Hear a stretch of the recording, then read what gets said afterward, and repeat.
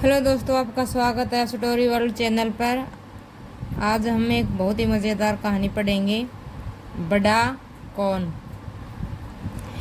एक जंगल में एक तालाब था। तालाब के किनारे आम का एक पेड़ था। हर साल आम के मौसम में वह पेड़ पके आमों से लद जाता था। उन आमों को देखकर जंगली जानवरों की लार टपकने लगती थी।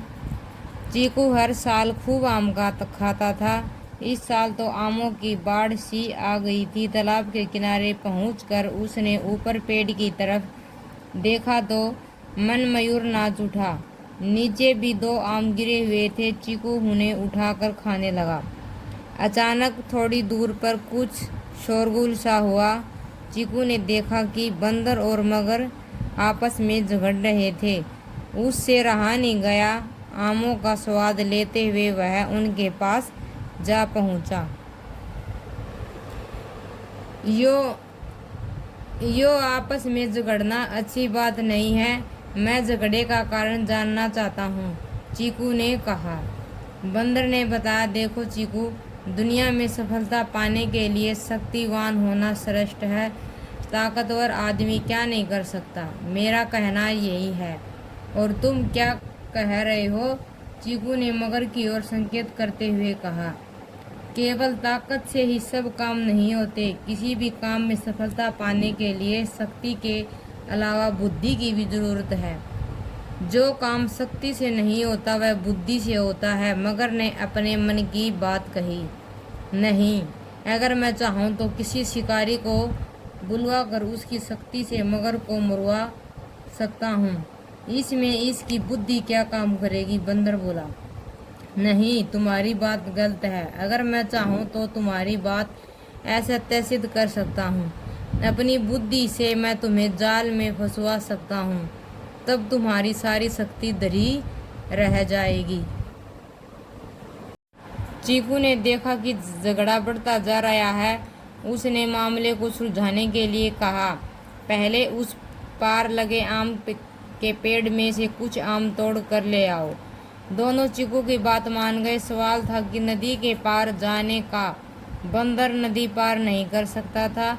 सामने पानी ही पानी नजर आ रहा था। आज तक उसने पानी में कभी पैर नहीं रखा था।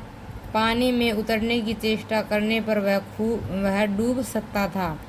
अचानक उसने एक उपाय सोचा। मगर ने चलने की तैयारी करते हुए कहा, चलो बंदर भैया, देर हो रही है। बंदर ने अपने असमर्थता जताते हुए कहा, मगर भैया, मैं उस पार जा नहीं सकूंगा। हाँ, अगर तुम चाहो तो अपनी पीठ पर चढ़ा कर ले जा सकते हो।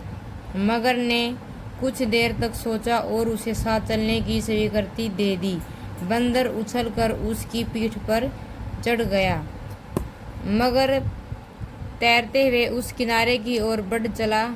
अगल बगल चारों ओर पानी लहरा रहा था।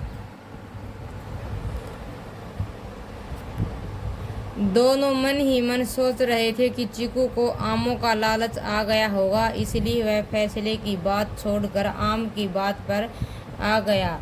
देखें, आम लाकर देने के बाद वह क्या फैसला देता है। दोनों मन में यही बात सोच रहे थे।